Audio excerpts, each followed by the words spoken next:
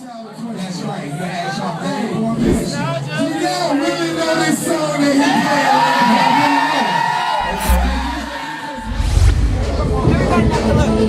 Shots girls, shots friends in the building. If next us is Saturday night, this is what we do. We party hard. Believe that.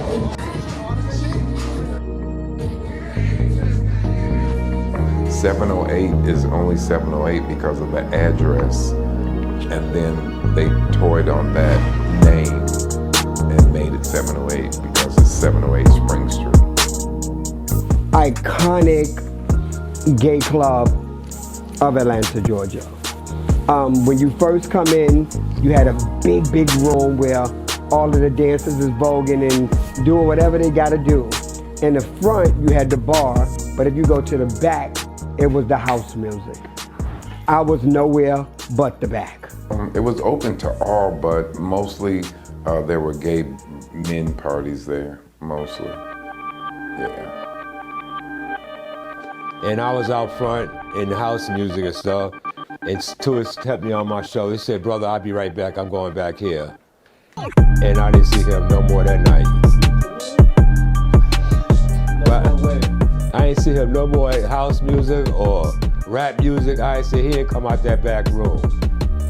And so that's my experience with the 708. But I've been there a few times because I like house music.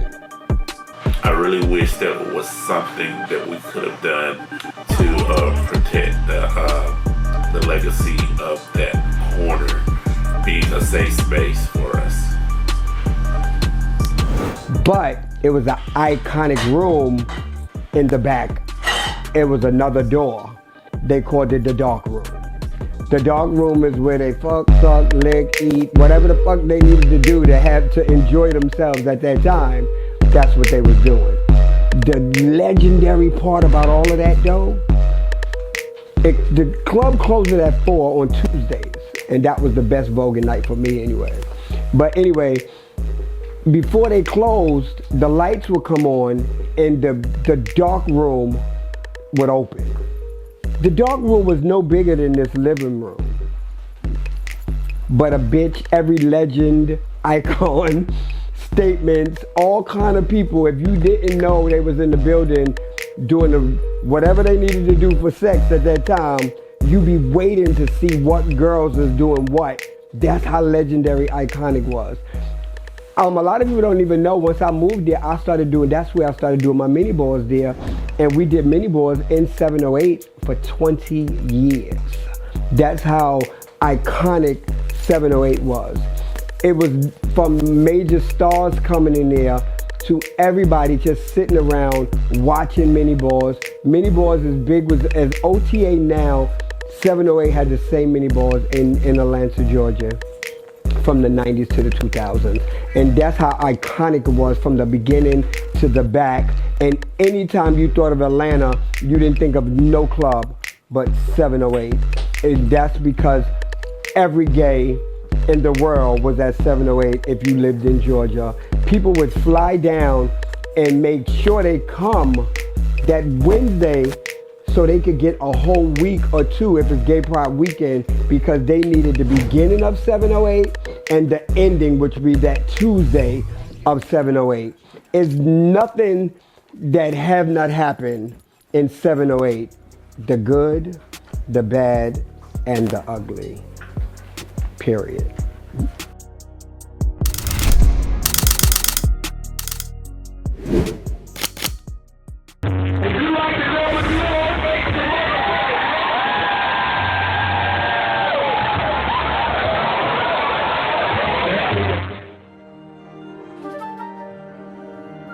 Many years ago, when I first moved to Atlanta, I dove into the nightlife, exploring vibrant spots like Atlanta Live, Club Miami, and the Markwell. Yet, one place stood out. I can still recall the laughter, the music, and the sense of community that filled those nights. Then, just like that, poof, it was gone. As I watched venues that once thrived fade away, it felt like a piece of Atlanta's soul had vanished. In this documentary, we'll peel back the layers to uncover the story of Club 708, and its vital role in shaping Atlanta's LGBTQ culture. Located at 708 Spring Street in ATL, not far from North Avenue in Georgia Tech, Club 708 was more than a bar. It was a sanctuary. Initially opened as Foster's Lounge in 1984 by David Foster for black men, it faced legal troubles and closed. In 1986, Loretta Young took over, transforming it into a foundational space for the black LGBTQ+ community. Under her leadership, it became a beacon of acceptance, filled with laughter and unity. Midtown was a very at that time, didn't have that stigma of racism then. And as I say, there was just a lot more diversity then. By that time, you had people who owned their own clubs and things of this nature. And so Loretta had her own liquor license, and she was had been there a long time. So people respected her. Having safe spaces that, hey, you're welcome here. It doesn't matter if you're trans. It doesn't matter if you're a little feminine or over masculine. It's a safe space that you can go, you can enjoy, and have the same luxuries that people have in mainstream, and we can have here. Owners wanted to buy, because you have to realize this was an investment to them more so. A community thing for us. So the whole thing was they didn't want to lease the building, and Selig Enterprises owned the building, and they wanted to buy it and own the building and continue on what we were doing. So at that time, we sold the business. We sold 708 to a different owner, and they were the owners before Philip had it, which was actually our pool guy that did our pool tables and gaming at 708. His name was Jimmy, and he owned a straight club over on the west side called the Pool Palace. Well, they closed. When we closed, we sold 708 to them so we could go buy we wanted to buy a building to open up another club. So we went and left 708 to open up Trademark on Broad Street, which was the old palace. So basically we changed locations. Made for us, by us.